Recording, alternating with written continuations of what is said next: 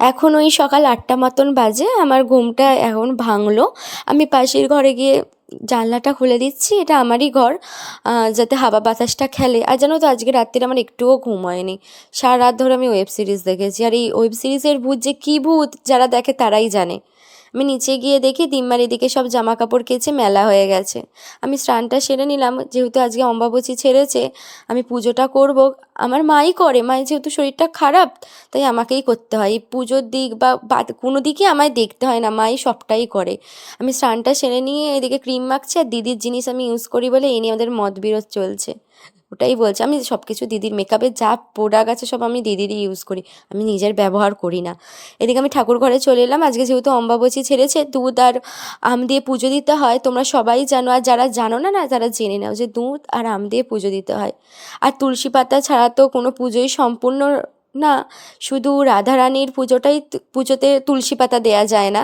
এদিকে আমি পুজোটা দিয়ে নিচ্ছি, আর আমার মা কি অপরূপভাবে দেখো ঠাকুর ঘরটাকে সাজিয়ে রাখে, তাই না? সব ঠাকুরকে মা এত সুন্দরভাবে সাজিয়ে রাখে না, আমি পারি না। মানে পুজো দিই কিন্তু মায়ের মতন সেই জিনিসটা হয় না। মা যে এত সুন্দরভাবে পুজো করে, একদিন তোমাদের আমি দেখাবো আমার মা কিভাবে পুজো করে, কেমন। আর তোমরা জানিও আমার ঠাকুরদের তোমার কেমন লাগছে, মানে আমার ঠাকুর ঘরটা সাজানোগুলো কেমন লাগছে। এদিকে আমি তুলসী মাকে পুজো দিয়ে দিচ্ছি এবং সূর্যদেবকে প্রণাম করে নেবো, কারণ সূর্যদেবকে প্রণাম করা খুবই দরকার, শরীর স্বাস্থ্য সব কিছু ভালো থাকে। আর এদিকে আমি চুলটা শোকাচ্ছি রোদে দাঁড়িয়ে, কাঠপোড়া রোদে। কি করব, চুল তো নেই মাথায়, যদি না একটু শোকাই আরও উঠে যাবে। এদিকে আমি প্রসাদ খেয়ে নিলাম, তারপরে ডোনাট খেয়ে নিলাম, তারপরে একেবারে না আমি লাঞ্চ করে নিলাম। লাঞ্চে ছিল আজকে ভাত, আর লেফট ওভার ছিল সর্ষে দিয়ে মাছ আর পটল চিংড়ি, ওটাই খেয়ে নিলাম। তারপর না আমি জাম খাচ্ছিলাম, আমি জামটা মেঘনা এনেছে।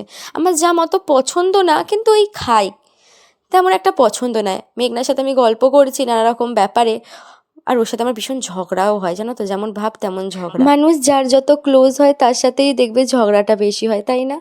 এইদিকে আমার জামা কাপড় অগোছালো হয়েছিল, অনেক দিন গোছানো হয়নি।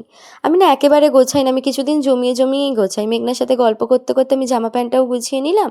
আর এইদিকে মেঘনা আমায় নেল পলিশ পরিয়ে দিচ্ছে। ওর হাতের কাজ এত সুন্দর না, ও যা করে খুব নিখুঁতভাবে করে। ও আমায় বললো, আয়শা না তোকে নেল পলিশ পরিয়ে দিই। বললাম যে ঠিক আছে, পরিয়ে দে।